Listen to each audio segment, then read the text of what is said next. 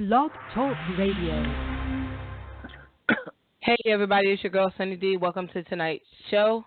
It is June. Well, no, I'm about to say June. God damn it, another one. July 19th, 2018. You guys, you want to say hi? You What's shut up, going Clint. on, Don't good start. people? It's your boy Clint. You already know what it is. Good show lined up for y'all tonight. Holla at me. Willie? Okay, I don't know if Willie's happy. He's on here. I guess we can't hear him, but he'll chime in when we finally can hear him. But anyway, if you're listening right now, you're on blogtalkradio.com/GFT Radio Show. If you listen to the playback, you're either on iTunes, SoundCloud, YouTube. I did say iTunes, right? Google Play Music is where y'all at to listen to us. Just Google us and find us everywhere. You can listen to our we podcast. everywhere. Whether it's live or the playback. But either way, we appreciate the feedback, whether it's current or later on. Go to our website, GFT Radio Show. Check out, different things that we post there. Go definitely get some merchandise on teespring.com/GFT. No, /stores. See, I'm messing up all tonight. /stores/GFT Radio. Get y'all merchandise if you wear it. Shout us out on Instagram, on our Facebook page, on our personal Facebook page if you're following us on there, and different social media outlets that you can find us on. What is that? Yeah. Can you hear me? Yeah, we can hear you. Sound like you got technical difficulties in the back. Oh, okay. Maybe I need to call back in. Huh? I said maybe I need to call back in. I'll call back in on the other line. Okay. All right. So while Willie's calling back in, I had one more thing I wanted to say to you guys. Yes, I do. Let me tell you something. When I go onto the website throughout the week to see who's listening to our podcast, when I tell you our numbers are climbing, Like it's like the love is amazing, and then I like the feedback that we get. I know I get feedback from people that I know listen to the show. People that I don't know listen to the show. They finally like, hey, I listened to your show. It was great. This topic was great. I'm glad y'all talked about that. And they give, they appreciate what we're doing. So we just want to let y'all know we appreciate y'all. I don't know, Clint, if you get feedback from people that listen. But it's amazing to hear, right? I always get feedback. Right? Always it's get like feedback. And it's always you know good. what I mean? Yeah, I appreciate the listening. You feel me? I appreciate all the support, everything. Yes. You know what I mean? But go buy the merch, though. You know what I mean? Yeah, go buy the merch. Take a picture of the merch. Send it to us either via our email, or you could hit us on our IG, GFT _ radio. Email the GFT Radio Show on Gmail. Yeah. Go hit us there. If you're not on social media, send us a picture there, and we'll definitely share it. Exactly. What up? It's your boy Willie Styles. Can y'all hear me now? Yeah, we can sound like much better now. But you said what? It sound like you're breathing hard or something. You all right over there? I don't know what's going on tonight. I'm not even breathing. He sound clear to me. Yeah, he sounds clear. Well, you definitely breathing. I'm not even resuscitating right now. What's going on? What up, people? What's good with y'all? Yes. Chilling. We were telling them about the feedback we're getting, and we appreciate that. Oh, for sure. Yeah, it's always good to hear that you like what we're doing. And then definitely suggest topics. If you think that we have not touched on a topic that you want us to talk about, let us know. We'll talk about it. Like, seriously. Don't suggest no dumbass topics, though, people. Oh, my God. If they want us to talk about something, like Mitch Mac stocks or something. Like, what they want us to talk about that? We don't want to talk about that? I'm the personal believer that we can make any topic a good topic, because we that kind of show. We will twist it, we'll flip it, we'll make it work. We'll sneak it in there somehow, some way. If it ain't in the show topic, it'll be in the after show. We got you. But, yeah. So send all your topic ideas. Had like an after show in a long time. Yeah, because our topics be so on point because we just that kind of show. Yeah, that too. Yeah, we might not have an after show tonight, depending on how we get deep into this topic. I don't think we will because I know a lot of people was on the Facebook like, yo, yes, talk about this. So I already know. Like, I'm hoping that a lot of them that will come and can jump into it. But, yes, we definitely going to jump into it. The topic is, are white people using police as a weapon? Clint, didn't you give us this one, or was it a combination of everybody? Yeah. Nah, this was my topic, and it wasn't really a question. It was a statement. It wasn't really a question. It was a statement. It was white people are using the cops as a weapon, you know, and it always has been that way. It always has been that way, but now, you know, they can't deny it. We have plenty of evidence, thanks to social media now, that, you know, like they're calling the cops on us for petty stuff. At that, they're calling the cops on our kids out there trying to work, make some extra money. You know what I mean? They're any little dispute that can be handled, you know what I mean, through a simple conversation. Instead of having that conversation, they're calling the cops. You know, we got guy just got called. Got the cops called on him for wearing socks to the pool. You know what I mean? It's getting ridiculous. It's getting ridiculous. Yeah. You know, here's the yin and the yang with the social media thing, though. You feel me? With all the you know, the police shootings of innocent, unarmed black men and women. You know, when it kind of the sense like I'm on the fence with showing it. You know, like we need evidence, but at the same time, when you show that, you know, not everybody is outraged by that.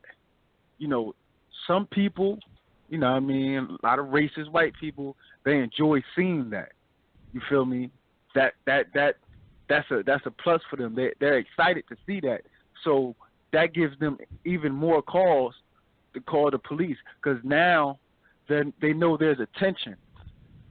There's a tension between the cops and the black community, and they want to keep that fire going. They want to fan that fire. So what's the easiest way to fan that fire is to keep calling the police on them and have instances to where now we don't trust the police. We always have an issue with the police because, you know, they're always... black folks didn't really trust the police. Like, and realistically speaking, not too many black people trust the cops. Yeah, I'm speaking realistically with cops. Yeah. I'm saying like no, I know you are, but I'm just saying like, you know how people say, well, it's like when you said it's going to cause us to feel some type of way about the cops. We already been feeling that way. Now it's just heightened. Yeah, that's what I'm saying. They fanning the fire. You feel me? They're fanning that fire so it'll never go out. You know, to the point to where it's uncontrollable. Because it to be quite honest, you know, because when we talked about the issues with the black community and the cops before, you know, I mean, we mentioned and I told stories that it isn't always white police officers. Exactly. You know, true that. The cops, you know what I mean? Like I said, in my own personal experience, I had most of my issues with minority cops. You know, cops of my same race or Hispanic, I had more issues with them than I ever had with the white cops. You know, so you know the issue, So the issue is more so how the police are policing the community. Like I feel like they're over policing the community, and you know people see it. White folks see that. You know, the police started that whole thing. The police officers started because, you know, to catch runaway slaves. You know what I mean? That's the origin of in America of the police officer. That's why they were created. And it's still that same type of system today. That's why, like you said, there's always been that distrust and that enmity between us and the police, because we know how it's, you know, we know where it comes from. We know how they treat it. You feel me? And now with social media, all of it being broadcasted so everybody can see it, you know, now it's starting to get to the point to where, all right, we know how, to the white people who didn't know or was oblivious or was, turned a blind eye to it before. Now they like, you know what? Whenever I have an issue with them, I'm going to just call the police. You feel me? Because I know the police going to come, and if something happens, police might get rid of them. Mm-hmm. You know what I mean? Right. You feel me? Like the story recently, this happened the other day over the weekend. The guy called the cops on a man. They was playing basketball. So he called the cops. They was playing basketball in the gym. The guy said a pick on him. The white guy went and was like, I'm calling the police. But everybody in the gym thought he was joking. And in all actuality, he went out there and he called the police. He literally called the police because he got crossed. Because he got a hard. He said it was a hard foul. It was a pick. He got. Wow. The black guy said a pick on him.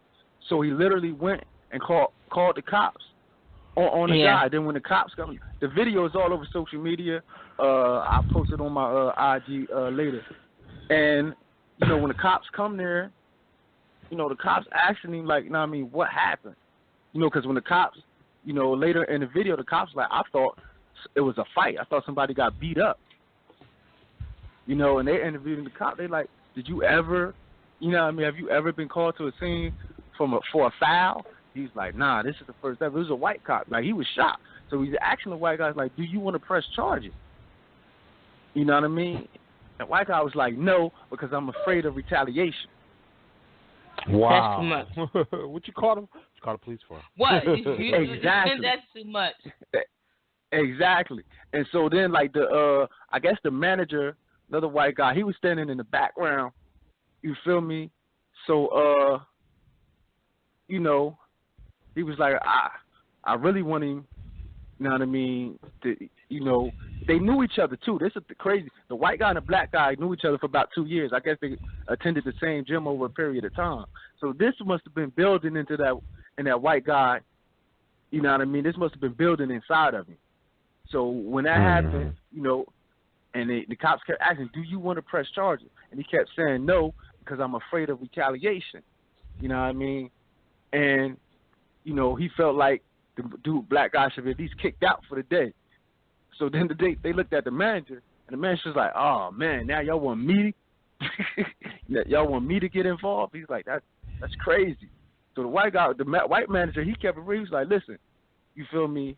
I'm not kicking. He basically didn't just want to kick the black guy out. He was like, if y'all both can't come to an agreement or something, y'all both can go.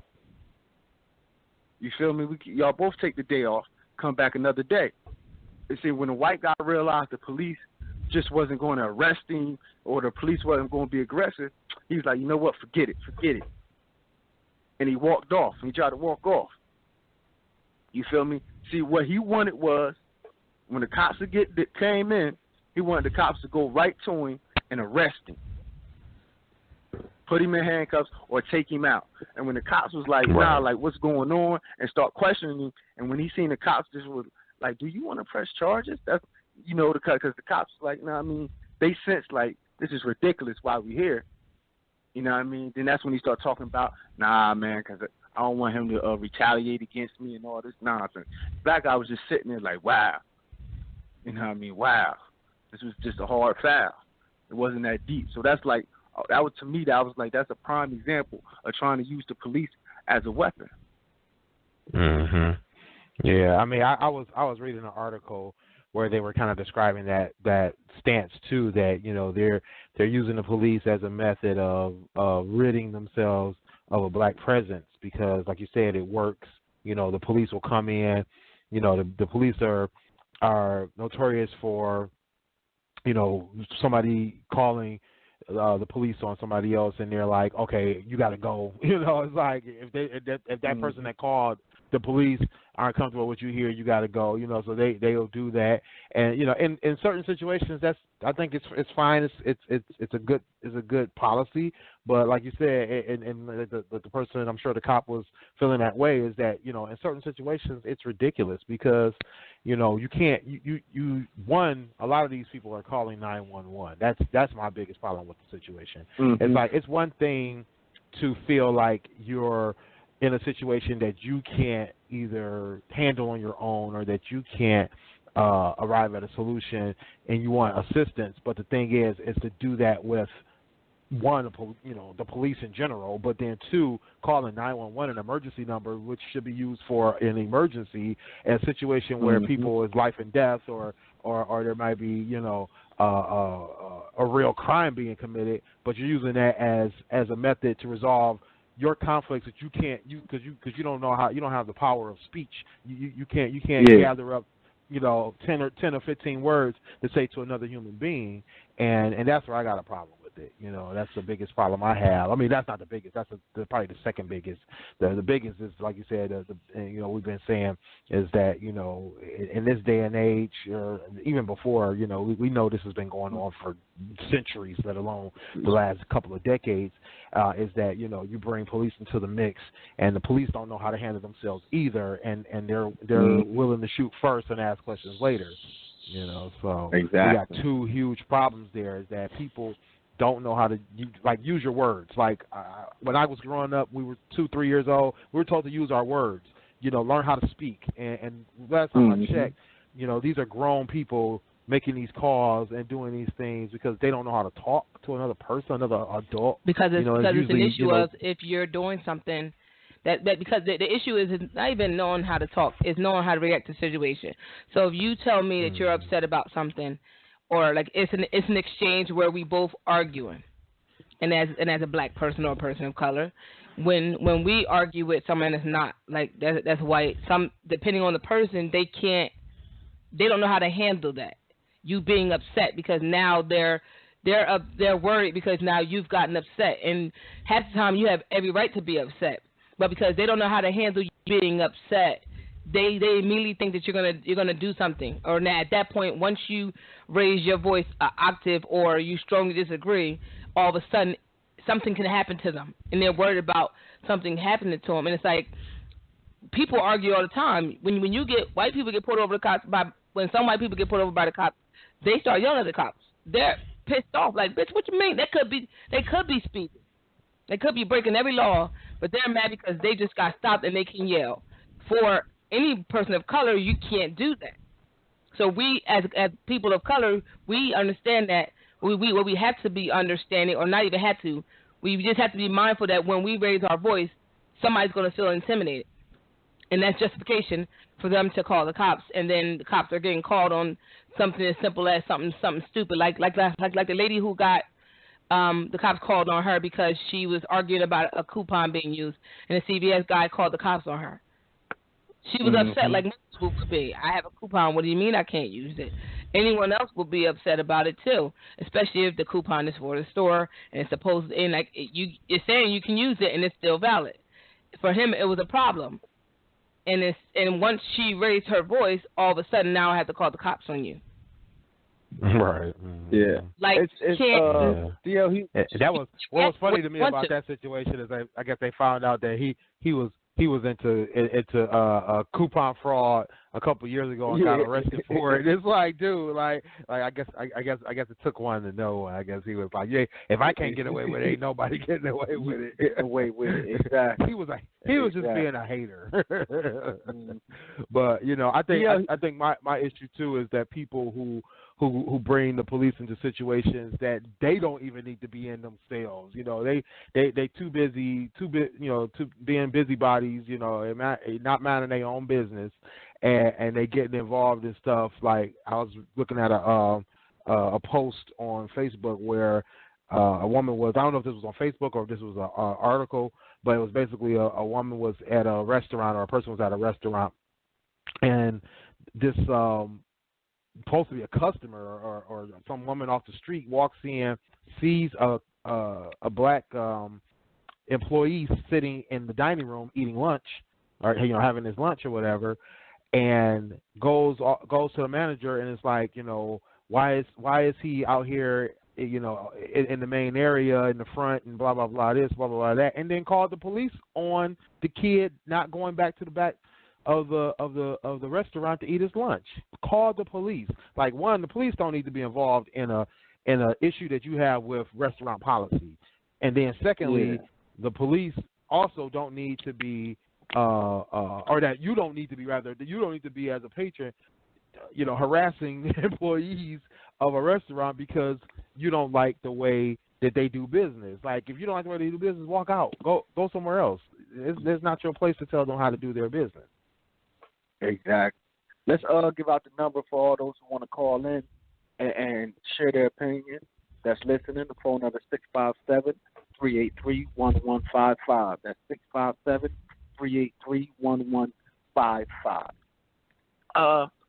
D.L. Hughley, I was watching it, forget what show he was on. Could have been the View. I don't know which one. But he had said something that struck with me so perfectly. He was like, the most dangerous place for a black man or a black person is a white person's imagination. You feel me? Because you know what I mean? Like that was deep to me. I'm like, damn. Because going back to like sort of what Sonny was saying, it's like, when if we get aggressive or our tone change or they know, and in their mind, they take us to the extreme for some reason. And it's also because, we're stereotyped as, the angry black man, the angry black woman, and some of it is our fault because we perpetuate that. It's perpetuated in music and movies, and comedy, stand-up comedy. We perpetuate that stereotype, and they run with it. You feel me? As if it's the reality of who we are, and it's not. And let's get deep for a second. Talk about Tamir Rice. You feel me? He was outside playing with a toy gun, right? And got the cops called on him. White boys, even in my neighborhood, white boys, they play cops and robbers out there with toy guns, all this type of stuff, all day, every day. Now, once do they think, if you go to the suburbs of white neighborhood, and they probably be shooting paintball guns and everything in their backyard. Not once is anybody calling the cops. You know what I mean? Calling the cops on them. But you see a little young boy out there playing with a toy gun, and you think to call the cops on him? You feel me? Instead of just, even if you were concerned, you would make sure, if I go outside and I see a little boy and I think he's playing with a real gun, I see him from a distance, I might say something to him. Like, you know what I mean? Like, yo, like, put that down. What you doing with that? You feel me? You could really hurt somebody with that. Are we that? Are we that far that we scared to talk to children? You feel me? No, you got to call the cops on them? Basically, the one thing I heard, call the cops on. Yeah. No, go ahead. But no, I was say just the situation with the kid in the lawnmower. Like why they couldn't go out there and say, hey, could you not cut on my grass? like how hard can that be? The kid is pushing along. Like I'm going to admit, I wouldn't go talk to Tamir Rice with that gun. I wouldn't have talked to him. I probably would have did the same thing. That wasn't the fault of the person who called the police on him. That was the fault of the person who decided to jump out of a police car and start shooting instead of checking to see what was going on. But the situation with that kid and the lawnmower, or the other guy who shot the kids up that were in the car that was playing their music, or a bunch of other situations where things shouldn't have got out of hand like that, is they could have went and talked to that kid. Like that wouldn't have been that difficult and that challenging to say, hey, this is my grass, make sure you don't cut on this side, or hey, how about you keep cutting and you just make sure you charge it to the game, whatever you want to do. But you could have had that conversation with that kid, not calling the police. That's ridiculous. Yeah, exactly. I was looking at that video that Dame tagged us in on Facebook. I don't know if he tagged you in it, Willie, but I know he tagged me, with the black lady talking to this on this TV show, talking to this white guy about the lady in CBS, and then And then I think whoever posted the video on Instagram with the white guy talking about the issues with the black community and police and stuff. And the one thing that threw me was he said something about a guy being in Walmart looking at rifles off the Walmart shelf, like he was shopping for a rifle, went and pulled a rifle down to look at it. They called the cops, and I believe he got shot and killed. Yeah, that was in Ohio. And he was in Walmart shopping. And no, this is the sad like, part. What the hell is it? My man wasn't even really doing anything with the rifle other than he was in the aisle. Like I don't know if he was in the same aisle as the rifles or he was in the ammo aisle, but he was in that same section and he was on the phone. Dude was on the phone. He wasn't talking to nobody. He was talking to whoever was on the phone with him. I think it was his wife or his girlfriend. And the police snuck up on him and just started shooting him. They literally snuck up on him and started shooting him in the rifle aisle. Mm-hmm. That to me is crazy. Like because when they said it, like he simply took the rifle off, and I'm sure it wasn't loaded in Walmart at that to look at it, and it got shot and killed. Like, how does that happen? You're shopping, minding your business, probably going to go hunting at some point. That's why you're buying a rifle, and then you get shot and killed for going to do what most people do: go and buy weapons for hunting and things like. Like, do you like? And this is my problem with this whole issue is people acting as if they're like, or acting as if this is like it's crazy to realize that it's an issue with, like it's something wrong, like it's something normal that white people call the cops on these people of color, or that it's okay that these things are happening, and then trying to justify, like I said the last time, justify that how it makes sense that it could happen, and it's like if anybody else was doing that, it wouldn't be a bother. And then you look at and then we also look at how we talked about on the past show, where the boy came and shot up the whole church. They knew he was armed, yet he got to go sit and get something to eat and got taken into custody. Yep. Whereas if it had been a person of color or a Muslim person, they was going down immediately. Like, didn't know if you had a weapon, but this person was armed and dangerous because he done went in there and shot about 12 people.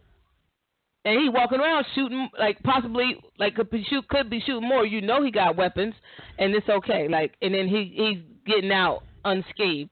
Like, I don't understand. Like, this is why I'm not understanding how is it not making sense to people?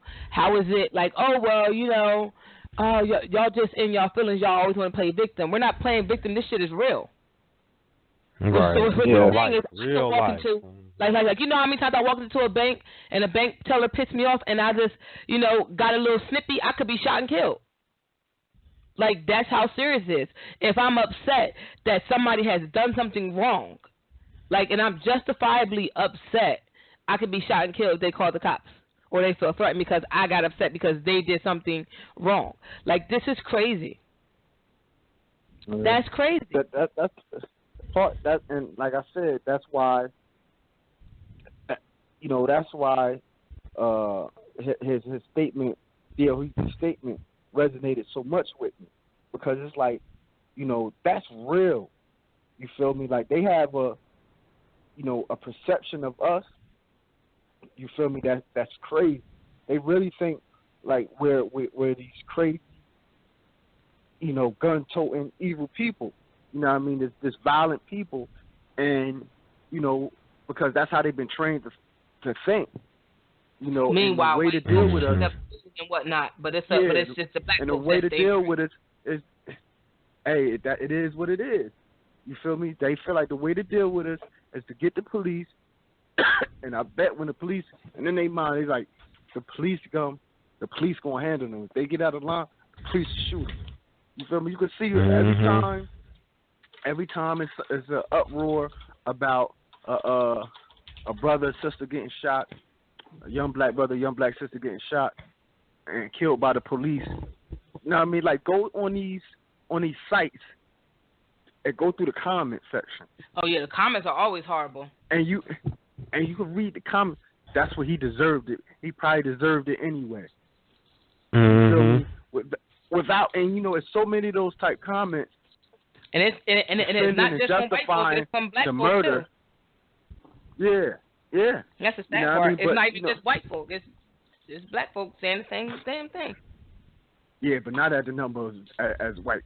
You feel me? No, I know, not the same number, but I'm just being honest. It's a very small number of those type coons that you know what I mean. That really, you know what I mean. You feel me? They not even worth talking about. These little specks. You know what I mean? We don't even respect them. You feel me? Right. It's them ones. It's the majority. That's the dominant society in this country. You feel me?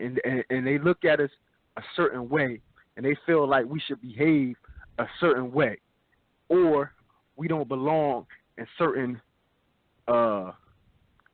areas. You feel me? Like, you know, and it's always been like that. It used to be like that in our city back in the day. You know, it's certain parts. You know, it's a part of the city called Chambersburg where, you know what I mean, back in the day, black folks wasn't even allowed over there. Yeah. You know what I mean? You couldn't even. Don't be caught in that side of the neighborhood, in that neighborhood after dark. You feel me? Shit, rarely be caught in there during the day, unless you're doing some type of odd job. But definitely don't be caught over there at night. You know what I mean? Something will happen to you. You know, so from then to now, it's the same way. You know, I remember when we was younger, we called them the jumps. It was in Al Hamilton. It's a town right next to Trenton called Hamilton, New Jersey. And it's right next to, you know, where we was at. It's like on the borderline. And we was over there, you know, on our bikes. They had jumps, you know what I mean, little ramps. And we was jumping on the ramps. Next thing you know, the police come. And out of everybody who had to leave, the black people had to leave. Black kids. They called the cops on us like we was doing something dangerous, like we was fighting. We weren't doing nothing but enjoying the jumps, enjoying the ramps, having fun. We thought everything was cool before we knew it, the cops did. You know, no adult came to talk to us. No adults came to talk to us, be like, listen, this is private property. Y'all can't be here or nothing. It was somebody that was just sitting there in their window, seeing some black kids on the jumps on their bikes. Oh, they about to do something dangerous. They don't belong here. Call the cops. Yeah. You feel me? So I experienced it personally. Right, and you know that's the sad part of it is, you know, this constant wanting to get people, you know, away from or out of a certain situation, out of a certain area, and that kind of thing, just because you have a problem with them, you know.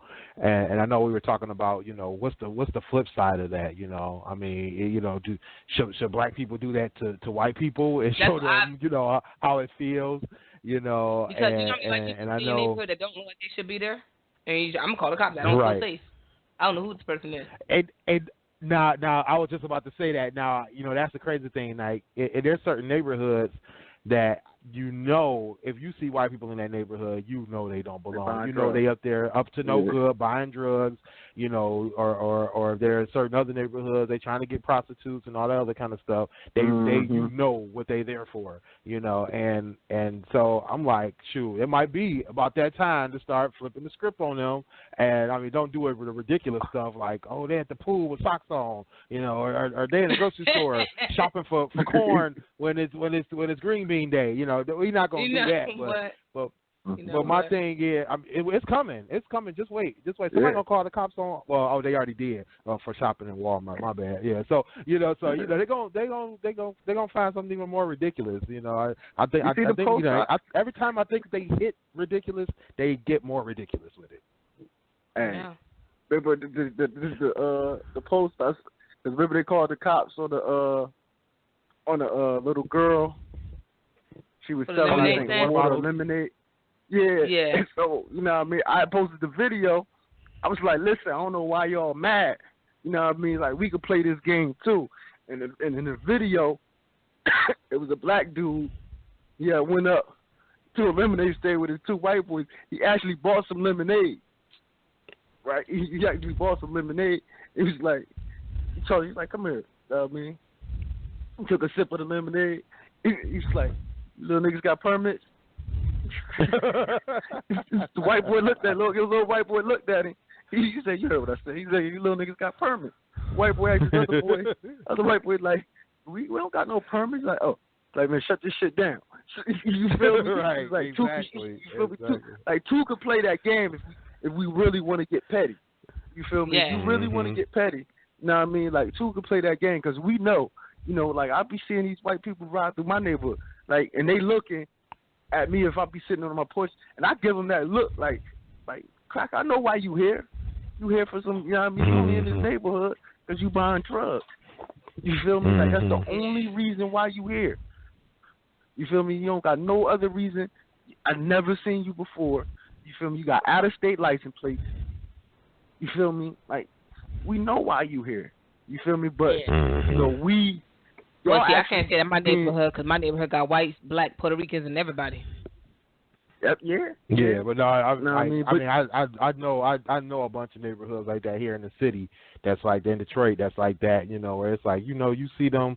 They I mean, not really downtown anymore because that is where most of the white folks go now is downtown. But you know, you go in those back streets of downtown. You know what they there for. You know what they up to. They up to no good. They don't have no business over there. Shoot, it's you know. I say we do what Trevor Noah. I say we do what Trevor Noah proposed. He proposed that we basically let's start finding motherfuckers for calling 911. All right, so you call 911, it's a $5 surcharge. And if the cops coming and ain't nothing realistic, if ain't nothing really going on, then you get a $1,000 fine. I think they should implement that. I think they should implement that. You know why that won't work? Because we already got laws about filing fake reports. There's actually laws out there. But that's not that, you know, a report. You just can't call if you call the cops for like nonsense, or you just keep, you know what I mean? Like, they can actually fine you for that. That's already on the book. Not in this instance. So like, because like you said, in those incidents, the cops are like, well, look, like in a lot of these incidents, the cops have reacted to them calling, and it's been a full blown issue. So that at that point, it's not.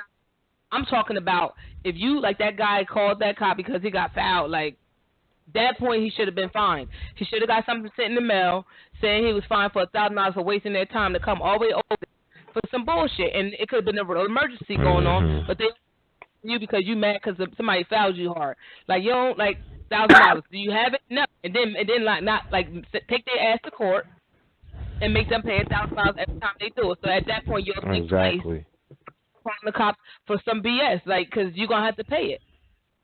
Like, and I'm saying across the board, like, because it's a lot of people, like, whether you fake call 911 because you want to prank, $1,000. You want to call 911 for stupid shit, fine, $1,000. But when it's, like, realistically no crime being committed, you just, I'm mad and I'm scared because nothing's happening, and there's somebody black in my neighborhood and they in their car minding their damn business. They could be a fucking Uber picking somebody up, but because they black in their neighborhood, they might be committing crime. You don't call the cops on them, and they want to do.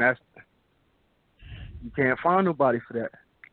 That's they find them. It ain't nothing to be calling for. It's not no real crime. But that's my thing is I believe that anybody who's making those phone calls need to be fined. They need to be fined. They need to be, you know, the ones that are really wasting time need to be jailed. It's like, you know, it's taking away resources. I mean, especially in certain cities where we already got a shortage of 911 operators, we got a shortage of police officers. We got we got citywide issues for the policing of the neighborhoods. You know, you taking resources that could be in a neighborhood that's having real crimes being committed, and you taking those resources to deal with some issues that you should have been just talking to somebody about. You should be taking a kid to the side and saying, hey, you know, I need you to, you know, cut the grass over there instead of over here. But you taking resources out of a neighborhood where there's somebody getting shot or somebody's getting robbed. You need to get fined or you need to go to jail. Bottom line, point blank, it's ridiculous. It's unacceptable. You know, I mean, I don't know. I think too. We don't really know the real deal of what's happening because it's not being reported. But you know, I kind of doubt they're being penalized for these situations. And they don't enforce the law. They don't enforce it. Mm-hmm. They don't enforce it. But you know, I think when you putting somebody's life in jeopardy, by calling the police, I mean, yeah, the police aren't going to feel that way. They're not going to admit to that. But you putting somebody's life in jeopardy, calling the police, or you putting somebody's reputation in jeopardy. That's the thing. I mean, actually, now that I think about it, that's slander. You know, and you can lose all your property over that for slander. You tarnish my reputation. I'm suing. Yeah, see, I think that's what the cops would say. Straight up. Exactly. I think the cops would tell you actually can file a civil suit for that. But see, here's the flip side of that though. You know what I mean? Like, say whoever called the cops on the guy with the shotgun. I mean, the rifle, and I feel like they should be prosecuted in some way. Yeah, you feel me? I feel like if you call the cops on something fraudulent and it results in the death of somebody, you feel me? I feel like you should face some sort of repercussions from that. You know, either civil, either criminally or civilly. You know what I mean? Like you either have to pay. I want to know what people feel about that when they do stuff like that and somebody end up getting killed. Because that recently happened to that. I don't know if you guys saw that article I posted about the guy who lost his life and then his family was awarded $4 for his life, but then the court took the $4 for some fees. So yeah, I remember that. Yeah. So I'm like, he lost his life and his family lost their home over their father and their home over somebody walking down the street and heard his music and called the police. And it's like, dude, like, go mind your business. Keep it moving. He was in his house, in his own garage. And it resulted in him losing his life and his family losing their home. Like why would you do that? Yeah. It's just crazy. Yeah, like, I just think that they need something. Yeah. It's there's nothing you can really do. It's like you can't change people's mindset. If right. Like if they got a perception of you that you're, you know what I mean, that you're a threat, they see us as a threat at the end of the day. So as long as they got that perception of us, they're going to use whatever they can use to eliminate that threat. And the number one thing they feel like they can use now is the police. You feel me? So just as much as the person who's calling the police have to be held accountable too. You feel me? True we talked about it before, about learning or being trained how to de-escalate situations. Exactly, yes. You feel me? If you had more officers who knew how to de-escalate situations instead of trying to, when assert their authority or their dominance when they get into a situation, you will have less of these violent encounters. I do agree, because even with the just sporadic of shooting, just because you think that someone, like, I definitely agree that it has to be better training at these police academies. It has to be not only just training not to shoot to kill, but just how to, like you said, de-escalate situations and try to calm two people down, because it's just getting crazy. And there's no talking. It's just shoot first, ask questions later. Oh, well, I thought. I mean, I feel like as well as that it's not only the training, because I mean I do believe that the training is part of it, because the training of shooting to kill, that's got to go away. I mean, people shouldn't be tried and executed in the streets over parking tickets and over eating donuts and over smoking cigarettes and over selling CDs. You shouldn't be tried and executed in the streets over stuff like this. The other thing though is that I think that it's the repercussions behind the whole thing. People will think twice if they know that they have repercussions. You can't a weapon in somebody's hand and say, police yourself while you're policing the streets, because you aren't giving them any repercussions on the back end, because they know if I just shoot you, it'll just be over. I don't have to worry about it after this because nobody's going to do anything to me. It's going to be all cool because I was defending myself, or I was afraid for my life, or I was blah, blah, this and blah, blah, that. There's got to be real repercussions behind this. There's got to be real prosecution to make these officers think twice before they just want to harass somebody, or they want to, you know, like you said, assert their dominance, you know, with their weapons, you know, because the first thing they do is pull a gun. They don't know how to. Most cops don't know how to fight. Most cops don't know how to talk to anybody. You know, not most, but there's a lot of them that don't know how to speak to people. You know, and then there's this issue of they want to be the big dog in the room, and so the first thing they want to do is pull that gun, and it's like, that should not be your first option. You should be able to speak to people. You should be out there in the streets anyway and be known as somebody that people want to respect, not that you are forcing them to respect, because first thing you're going to do is put a gun in their face. Yeah. Exactly. That's the main thing. You should want people. That's a great point. The cops should want people to respect them that way instead of, you know what I mean, fear them. Right. And I think that comes with proper community policing.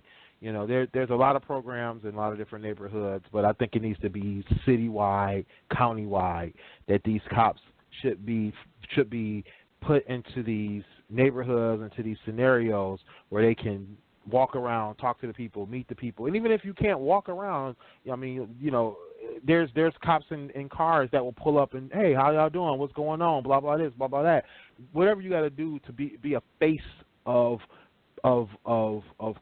peace and protection in the neighborhood or in the community, not a face of fear. You know, and that's that perception that I think is getting skewed, because not it's getting skewed, but it's always been skewed because, you know, we don't have to follow the reasoning that things were developed. You know, we understand that the way these police officers were trained, the way that they were originally set up, the way that they're organized was based on, you know, rattling up slaves or doing things a certain way to you know, impart their dominance over a neighborhood in the ghettos and things like that. They don't have to continue that trend. They can become a face of peace and of respect, and saying, hey, you know, this is our neighborhood, these are our streets. Let's get along. We're here to help everybody maintain this respect for our neighborhood, not to be here to crack heads and break necks because, you know, you want to be big dogs. Yeah, because then we have to teach our kids. Because you know, at this point we have to teach our kids to, especially I would say all of them, girls and boys. We got to teach our sons and daughters that they have to be mindful of how they talk. Like, we already got to tell them, hey, when you get pulled over the cops, follow the instructions. But we seen what following instructions does. We saw that with Philando Castillo. Yeah, we saw that with him. He was doing what they told him to do, got shot and killed. So it's like we're telling our kids to follow directions and you know, not be aggressive. And if you're upset, try to maintain your cool and stuff like that. Like, we that's crazy that we have to program our kids to not be upset when most people would be upset, and to keep a calm voice. To have some level of fear for a situation where you shouldn't be fearful. You should never have to be fearful. I mean, that's the ridiculous part of this. We're paying these people to protect us, and we have to live in fear of them because the first thing that they might do, literally the first thing they might do is kill us. Like, that's ridiculous to me, that we should have to live like that. I mean, we become prisoners. We just like the people in the jails. Because we're living like prisoners. We're scared. We're afraid to get our heads busted in because a cop is around. But it should never be like that. At least not out here, not outside the prison walls. Yeah, but that's how it is, and it's sad because meanwhile, white people can just go do what they want to do. They can yell, get mad, shoot up schools, go on a mass shooting spree, and still make it out alive. Mm-hmm. And that's crazy because it's cops against people of color. It's just basically cops against people of color. And depending on how you react that day, you might not make it. So you just like no matter how hard you try to keep your cool, no matter how nice of a tone or how you have to like, how do you know as a person of color that you have to kind of look or feel or give off the energy that you're not aggressive or that you're not threatening? Like how? Because you can't get upset, you can't raise your voice, you can't do anything. That's not true. I'm gonna keep it at 100. I done cussed out plenty of cops in my day. I done cussed out plenty. But you feel me? Like, I understand where you could understand the exact point you're trying to. You know what I mean? But I also you know, we gotta. I don't want to overstate it. You know what I mean? Like, you feel me? It ain't. Yeah. You know what I mean? Shoot some of the cops the bell. Shoot them some bell. It ain't every cop. You feel me? No, like, it's not every cop. It sounds. Yeah. You feel me? Like I said, you know, I ran into some dickhead cops of all races. You feel me? But, you know, I ran into some real ass cool ones. I got to keep it at 100. You feel me? I know a lot of cops. I know a lot of cops myself. Yeah, you feel me? I actually had to work alongside a few. Yeah, I had to work alongside a few officers.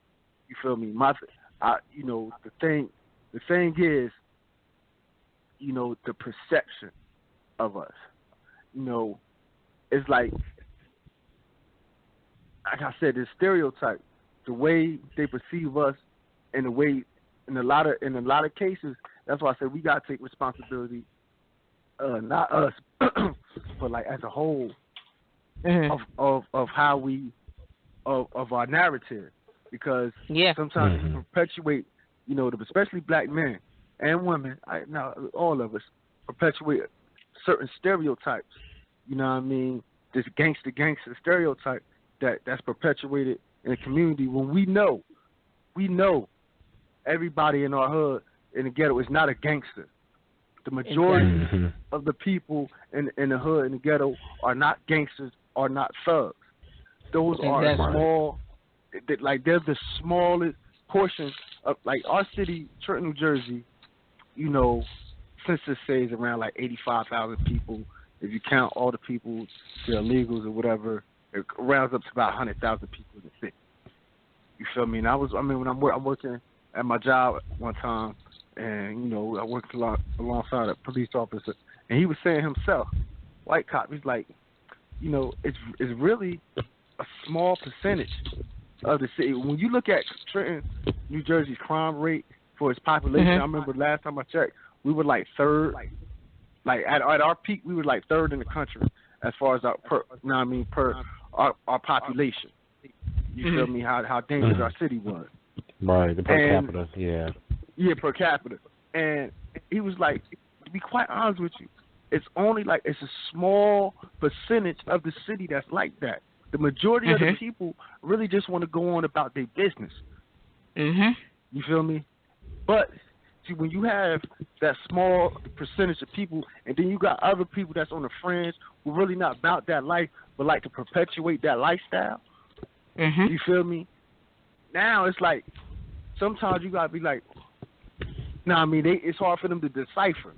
So, but when you know, people that's from outside of the community, who not around black people that much, who's not around these type areas, then when they have to come work in these areas, all they know is everybody's like that. You feel me? That's why in some cities, even like some cities, like you can only be a police if you live in that city. You know, that's why I'm a big proponent of that. Like, you should only be able to be a cop in this city if you live in the city, because if you live in the city, you would know how to decipher who's who and what's what. Exactly. You feel me? Because you know, all right, he's just a front. You feel me? He poses no threat at all. You feel me? He just, you know what I mean? Everybody that wear hoodies. And you'll know the areas, too. You'll know the areas. Exactly. You know what's the good areas, what's the bad areas, what's the things. And then not everybody in that bad area is bad. Others. Exactly. And not even everybody in that area. Because I lived on Stuyvesant, which is one of the crazy, we call it out there the Wild Wild West. Like, people get shot out there almost every day or close to it. And I live in that street, and I've never had a problem. Never had a problem. I think I got into I got into one argument with some guy, but I knew he was a punk bitch, so it really didn't it wasn't a real argument. It was just like you just like Clint said, and I'm not I'm chill, but that's the problem I have with a lot of people that don't live in Trenton and the stuff that I hear. And there's some people that live in Trenton, they just think Trenton is the worst place, and it's like no, not everybody's like that. Not everybody's out here selling drugs. Not everybody ain't that's not about stuff. People go to work and go home. People would love to buy homes in the city of Trenton, but people don't take care of the areas. You know what I'm saying? Mm-hmm. It's not everybody. It's just that few that just keep messing up for everybody. It's like even with that. I'm sorry. Go ahead. No, I was agreeing with you. It was like even in my neighborhood, it's like when you come outside, like you see police ride through this area, and the police station right down the street from it. You feel me? Mm-hmm. And the police ride through here. They post up and all types of looking for drug transactions or whatever have you. It be raiding all the time. You feel me? But like you see the majority of the people getting up in the morning, going to work. You feel me? Taking their kids to school. And even when this little outside the topic, when we talking about how the kid father's not in the kids' lives. Like I be seeing black fathers with big kids all the time. Like the narrative of the inner city and the ghetto needs to change. And I feel like like I said, when I was younger, I hated when people used to be like rap music influences people or give people the wrong perception. I'm like, because to me it never affected me that way. Like I could listen to Shoot 'Em Up, Bang Bang all day. You feel me? But it never had me in that mindset. Like, well, I'm gonna go outside and shoot 'em up, bang bang. That's you feel me? Like that's how I should live. Well, I'm a thug, I'm a gangster, and all that. Like music never did that to me.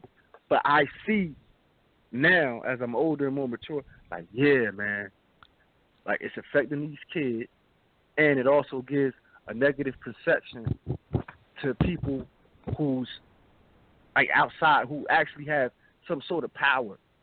And it gives them a negative perception. And see now, we get the crumbs. Well, they keep feeding them crumbs because they feel like, well, we ain't worth it. And we like, hold on, like, you know what I mean? Don't let a few bad apples spoil the bunch. Mm-hmm. Right. You feel me? Well, it's always really like that. It comes.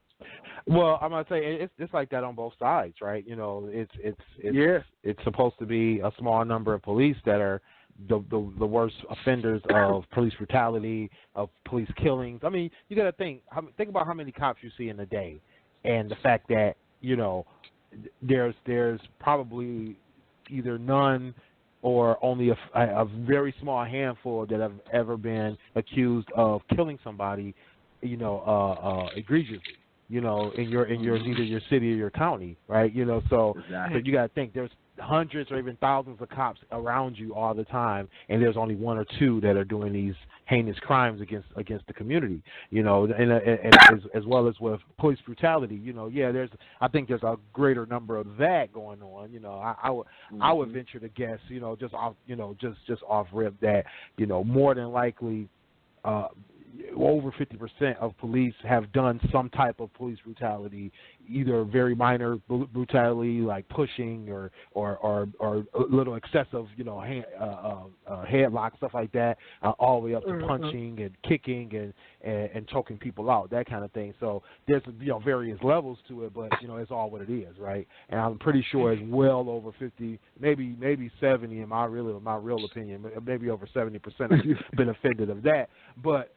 I think that when it comes to the most heinous of crimes against the community, it's still a low number. You know what I mean? And then so so on the flip side, like you said, you go into these neighborhoods where you even know, okay, I'm not about to be in this neighborhood after dark, or I'm not about to be in this neighborhood by myself, whatever the case may be.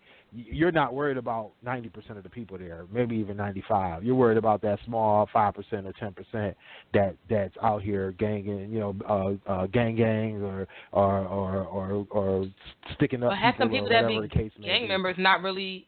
Like, and that's the crazy part. Like, I was just talking to somebody about that. I was talking about to somebody was it yesterday or today, and I was saying not for the majority of people that join the gang, I'm gonna say majority, because some of them actually really about that life. But for the ones that's not really, they're looking at it as a protection because they can't defend themselves. Right, right. I mean, in our city, like it's a lot of them. Yes, no, I will thank you, Clint, because I will say it's a lot of them that basically join the gang just for that protection. Like they can't really, like do for themselves. Like where you have people that actually had to fight to survive, and that's when they got sucked into that gang life, and they really can. But it's a lot of them that fall into that. Oh, this is power. This is, this is what I got. I got that clout, but really not like that. And it's crazy. Like, and then I also want to go back to what Clint said about how we as black people have to take accountability for our actions when some of these interactions with the police, because like Clint said himself, he has issues where he cussed out cops. I know I did. I've gotten into a full-blown fist altercation with a cop before, and I made it out alive. I was bruised a little bit. They got me back, but I understood. Like it was me being aggressive. And with them unjustifiably arresting me, and me being extremely aggressive and them retaliating. You know what I'm saying? So it's basically them turning the favor to me. Like, and then I always go back to the Corinne Gaines situation where you see that cop basically pleading with her, look, I'm just wanna, like, he was so patient. He was, when he stopped her, he was like, even though how agitated she was from the gate, he was so. Like, no, man, we don't want to. You got to kill me. He like, no, nobody has to die.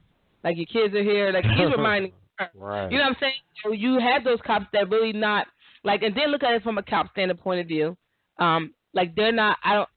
For some of the cops that are not out there trying to kill people, and it really is a self-defense situation. We're not talking about them, but because you have some people act extremely aggressive. Like really, like on camera or not on camera or whatever, but like really go above and beyond, and then something happens to them. Unfortunately, because like I said, as people, you have to understand, like it's a reaction to your. For every action there's a reaction. You can't just do certain things and expect because this person, like they're human. If you spit on a cop, they might fuck you up. You know what I'm saying? Like you can't say police brutality. You spit on them. If you spit on anybody else, they will light you up with no problem because it's a disrespect. You know what I'm saying? You can't just do certain things, and these people are human. You know what I'm saying? And I'm not justifying the people that just unjustifiably just do crazy stuff. I'm talking about for the people that do. You did something wrong. Like you effed up, and it's like, oh well, it's police brutality because they actually responded. You spit on somebody, you liable to get shipped up. If you kick somebody, you liable. Like my mom used to always say, don't spit or kick on people because that's whatever that happens to you, you deserve it. Like you have to, you can't just poke the bear and then expect not to be getting bitten. Like you have to accept what you're doing. Yes, they are the police. They should know better. But at the end of the day, they're human. You can't just. You have to be mindful of your actions. That true. I 100% agree with you there. But that they human shit is no excuse. Because I'm human. No, too. it's not an excuse to no. And at the end of the day, I agree with what you're saying. No. But at the end of the day, you still applied for that job. Yeah. You understand? Right. You applied for that job, bro. Sis, you feel me? Like you applied for that job. Like so. Now, when you got that job, it's a certain responsibility and so certain ethics y'all got to abide by. Now, you are beholden to that. You have to abide by those rules and those ethics. So if you don't, well, then you're going against your job, and you shouldn't have that job. You feel me? I don't want to hear, "Oh, I'm human." Right. We all human, bro. You feel me? But you got a gun on your hip. At the end of the day, you feel me? You can legally walk around with a gun on your head. You know what I mean? And I have heard cops tell me like, you know what I mean? I ain't do shit. Well, I can make it to where it'll make you say you did some shit. Like, come on, bro. You know what I mean? Like, you got a certain authority. You got a certain authority that you can do extra shit. So, like, miss me with that I'm human shit. You feel me? Because well, you not ain't that, saying but you that. know if you just, but you know if you get like I said, if you got into an argument with an officer and they cuss you out too, like you understand. Like Yeah, I'm not going we can to keep the it there. extreme. Yeah, no, but that's what I'm saying. I'm not going to the extreme of shooting and killing people. I'm talking about like no, you I'm punch not going to the like, extreme either. I'm not going to. I'm talking about something as simple as, you know what I mean? If I'm minding my business, like one day, I believe I told this story. You know what I mean? Alex, you know Alex. He called the show plenty of times. I'm pretty sure it wasn't mind me telling this story. We're on the basketball court. We just got finished playing basketball. Obviously, you know what I mean? I think I was sitting on the basketball, or Al might have had the back. He was sitting on the bench. I'm on the ground. So we all sweating, everything. Cops come down there. You feel me? And he just ransacking our shit. Going through who bag is this? Da-da-da. We like, hold, bro, like, we're not doing nothing. We just playing basketball. I mean, shut the fuck up. Like, hold, bro, like, who you talking to? Know what I mean? Like, and I remember I was like, come on, man. Like, we just sit here, we ain't doing nothing. Like, why you come down here fuck with us with all this? Hey, shut the fuck up. You want me to, you know what I mean? You want to do something? What you want to do? Know what I mean? I'm like, Al, just chill. Just chill, because obviously he got an attitude. He got something on his chest. You feel me? And at the end of the day, that shouldn't be that way. Just because he got an attitude and something on his chest, now I got to be quiet because you got the authority to lock me up and put me in jail over some fake charges. You feel me? Right. But if I curse you out or something, now it's, if I curse you back, he human. But bitch, I'm human too. The fuck wrong with you? You just can't come down here talking to me. Know what I mean? So that's why I mean, like, I don't want to hear that human shit because they get to they get to use that badge anyway. You know what I mean? That's wishy-washy to me. Like, nah. Know what I mean? You feel me? You want to treat me like no human. They want to be above humans when they got that badge on, but soon as they get in trouble, I'm just human. Like, no, you can't have it both ways. No. You can't have it both ways. Can't have it both ways. Can't have it both ways. You took that job, bro. You took that job. So, you know what I mean? Guess what? When you take a job like that, more often than not, you're going to encounter unsavory people. You feel me? Right. If you in the trenches, yeah, that's part of the job description. So listen, like you feel me? If you don't know how to deal with that, find something else to do, bro. I don't understand. I'm afraid for my life. Like, dude, you got one, you got a gun. Two, you got the law behind you. Three, you got a whole posse of other people who is ready to go down with you, life and death, whatever. They down for whatever. And you train every day. And you trained every day, and you're afraid for your life. Afraid for what? Yeah, I damn sure don't understand that. You obviously don't want this. 95% of the niggas in the hood with guns can't shoot. You understand me? 95%. Probably 98. Let's keep it at 100. 98 can't. They don't know how to shoot. You feel me? You motherfuckers are trained. Y'all can go to the range at will. You feel me? Y'all have tactical training. You feel me? But you scared of me. Mm-hmm. Bitch, I can't breathe. I run up that block, I'm going to pass the fuck out, but I'm a threat. Are you serious right now? You feel me? All these niggas out here smoke and drink all day. You feel me? These niggas ain't no real threats. You feel me? Like, they not no real threats. Right. Compared to y'all, you know what I mean? Compared to y'all, I mean, let's be real. If we wanted to go to war with the police, you know how quick we'll lose? Let's be real. Right. Exactly. They built for war. They equipped for war. Mm-hmm. They're equipped for war. They got all the technical gear. They got technical vehicles. They got all this stuff going on. Yeah, they're not about to lose. I had a friend of mine. I'm not even sure if it's a fair fight with some of these police forces and their state army reserves. Their reserves ain't equipped as much as the police forces are. Facts. You feel me? I was having a conversation with a friend. one time, you know, he do what he do. He was like, you know what I mean? So I ain't seen him in like a few days. I'm like, boy, she's like, man, I got locked up. I'm like, damn, how they catch you? He was like, bro. He was like, they whipped up on me. He's like, I ain't even see him. Oh, wow. He's like, I ain't even see him. I don't know where they came from. He said, they whipped up on me, put me on the car, start packing. Bro, they walked to where my drugs was at, came back to me, told me the conversation I was having. I'm like, he was like, how y'all know what conversation? I'm saying, he's like, I'm sitting there with the old heads having a conversation. He said they was able to tell me word for word what we was talking about. Oh, wow.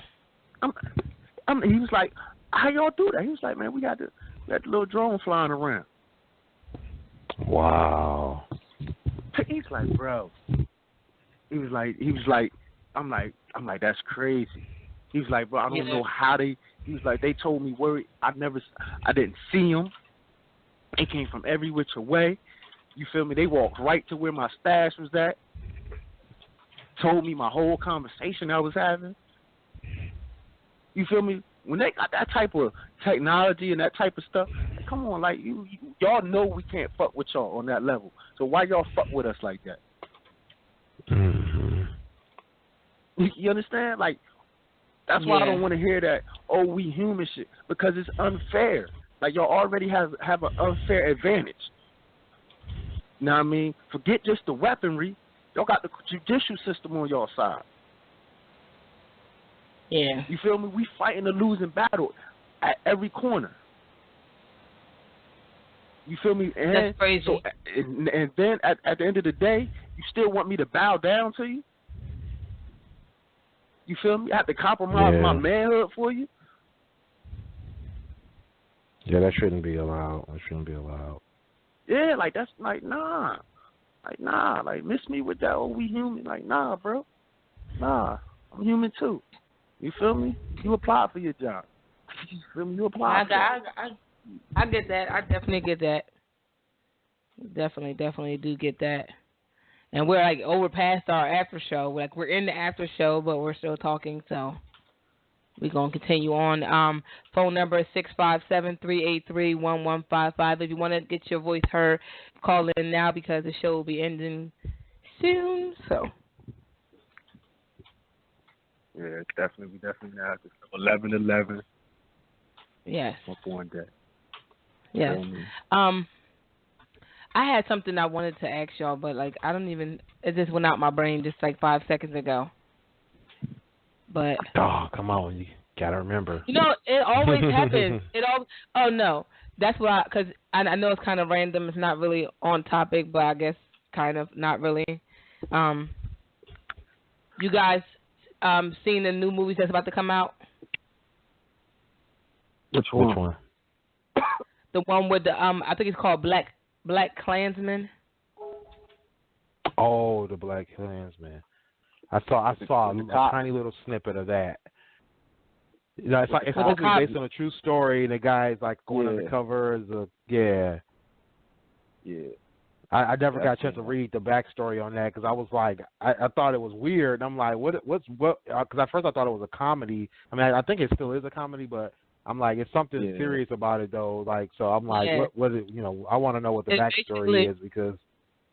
Well, it's basically a black man who's a cop, who they pull into to like go into to be a part, like not really to be a part, but to infiltrate the Ku Klux Klan. And he's talking to them, but he's talking to them like as a white man. And he's talking to like the Grand Master, the Grand Wizard, the Grand Master of the Ku Klux Klan. And that guy really believes that he's talking to a white guy that hates black people. And they basically get this other white cop to pretend to be the guy that the head men was talking to, and just trying to break them down, like trying to infiltrate them, and I guess like take them down. Yeah, what he you feel me? And the preface that he was the first black cop on that police force, I believe. You know? And I think, when he did it, when he called them, like he took everybody by surprise. I don't think they hired him for that. I think he just did that, out of his own on his own. From what I've seen in the movie, the movie is actually like I gotta read up on. The movies is always based on a true story, but it only be like 30% true. You know what I mean? The movie, right? You feel me? But from the movie, he from the previews I've seen, he called them with the little like Sonny said with the fake voice, and then not only did the white guy infiltrate the KKK. I think he did the same. It might be having something to do with the I don't know, some Black Power movement. I don't know if it's necessarily the Black Panthers or whatever, but I think he did the same for some other Black extremist group that they tried. Well, so-called Black extremist group, and yeah, I see it on Wikipedia. It says it was he was hired to do undercover assignment against Stokely Carmichael. When he was speaking at a black nightclub in Colorado Springs. So he was the first black detective in the Colorado Springs Police Department. The guy named Stallworth. Oh, fuck him. Stokely Carmichael. Fuck Stokely Carmichael. Oh, shit. Then they said, am I right? Is it Stokely Carmichael that they said got what's her name killed? I don't want to get it wrong. Got who killed? One of the Black Panthers killed. What the heck? I got to read up on it. I may be wrong on that. You know what I mean? I remember. I think I was reading somewhere like something Stokely Carmichael did got one of the Black Panthers killed. You feel me? As far as I know, he actually developed the Lowndes County Freedom Organization, which is the basis for the Black Panther Party, and he was part of the Black Panther Party for a while. So I don't know if he had something to do with that, but I think I might be wrong. It might be somebody that made, because I remember reading. It's one of them that was that was down with him, but he did something. He went against. Like he didn't mean to do it, but what he did cost somebody his life. Cost one of the other major Black Panthers their life. I got to read up on that. You know what I mean? I think we definitely need to do a show on the Black Panthers. And not just and not just about the violence and stuff like that. Talk about like actually what they started out as, because I think a lot of people get caught up in that, the other part, and don't get caught up in the militant part, but lose the part of them providing for, the families, helping people get off drugs, helping people find housing, feeding the kids and stuff. I think people miss that. Like, it's all fine and dandy to be caught up on the militant side, and how they were pro-black people and stuff like that, but it's another thing to lose that, like, what they actually did, So I think that'll be definitely, I know I'm talking, but like I think that'll definitely be like a great show topic, and it'll get us to kind of educate ourselves, to kind of talk, because I know we insert them here and there in throughout different shows. I think it's only right that they get like the official let's do a show. Because it's crazy, because I was actually right before I called you, because I was on IG. That's what made me I may be having my stories mixed up, but I was reading something about William O'Neill. It was he was the FBI informant that infiltrated the Black Panthers that got Fred Hampton killed. You feel me? That's why I always and I always tell people, I mean, like that saying is true. All all skin folk and kinfolk. You feel me? Some of our worst enemies is us. You feel me? Mm-hmm. Some of our worst enemies is us.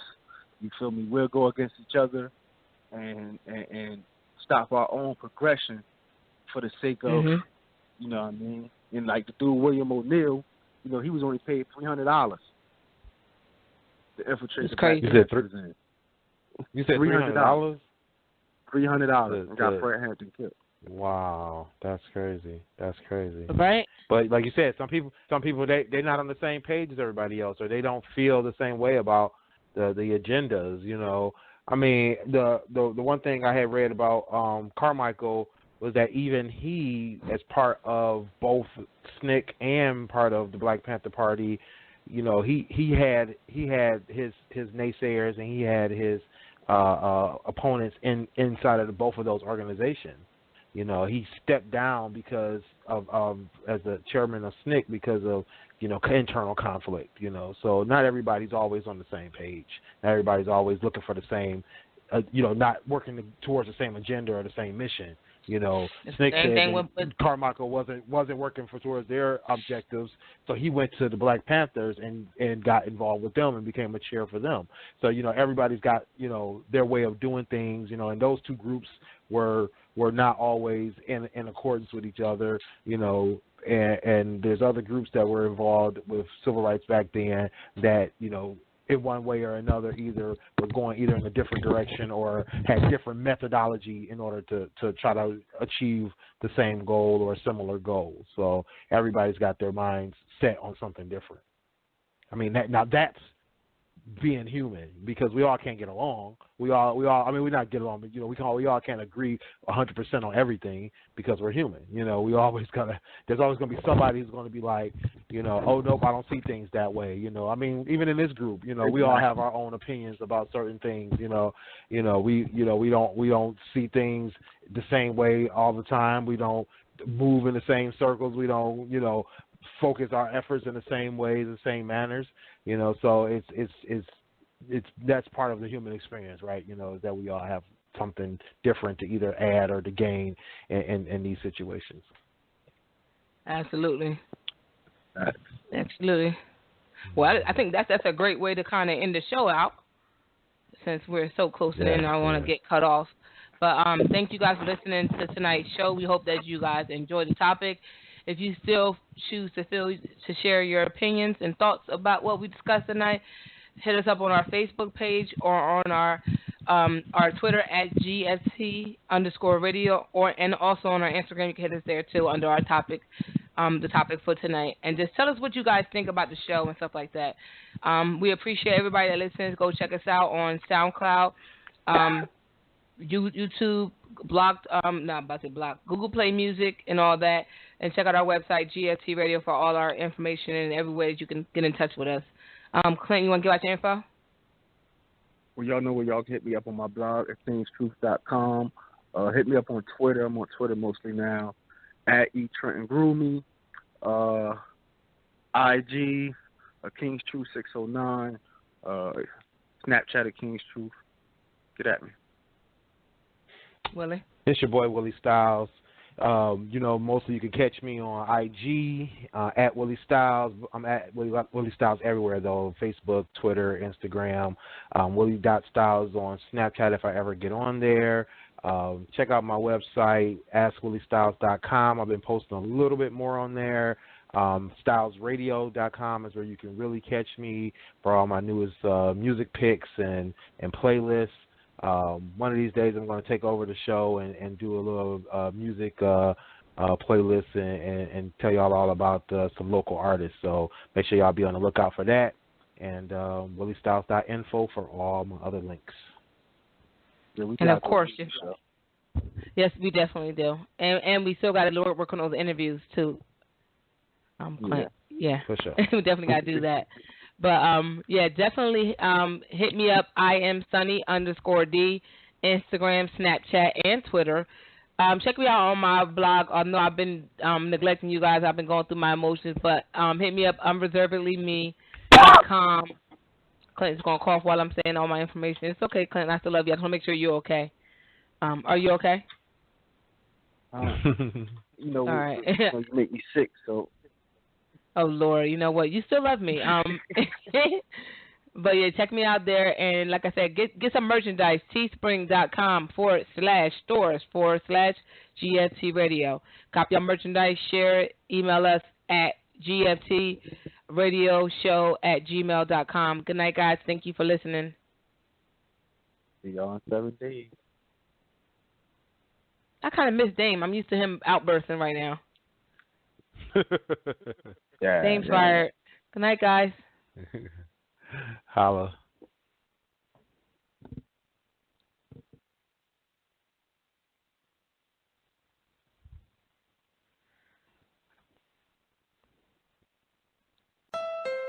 If you want to experience moments of joy, excitement, and satisfaction.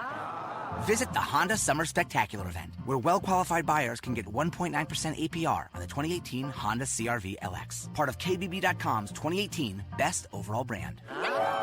You've just entered car buying bliss.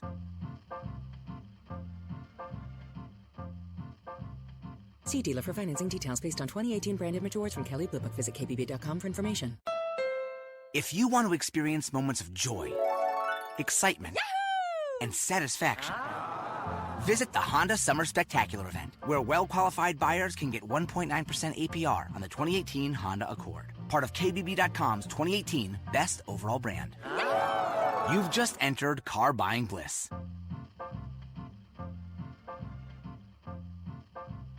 See dealer for financing details based on 2018 branded matures from Kelley Blue Book. Visit KBB.com for information.